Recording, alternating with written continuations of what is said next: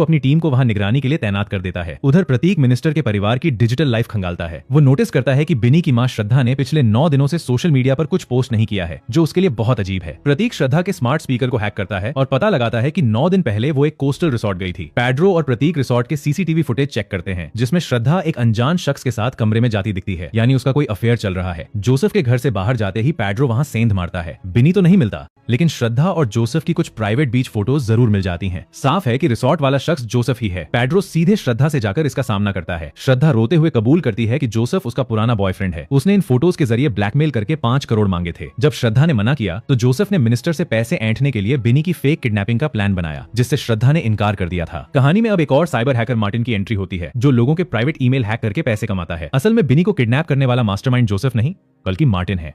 Martin Joseph को चेतावनी देता है कि पुलिस ने गांव को घेर लिया है, इसलिए वो वहां से फरार हो जाए। इधर मिनिस्टर के घर का बावर्ची बताता है कि बिनी को घर में छिपकलियां मारने का अजीब शौक था, जिसे वो किसी गेम का टास्क बताता था। प्रतीक नोटिस करता है कि बिनी के कमरे का वाईफाई बहुत ज्यादा डेटा खींच रहा है। वो बिनी का लैपटॉप चेक करता है और जो सामने आता है वो रूह कंपा देने वाला होता है।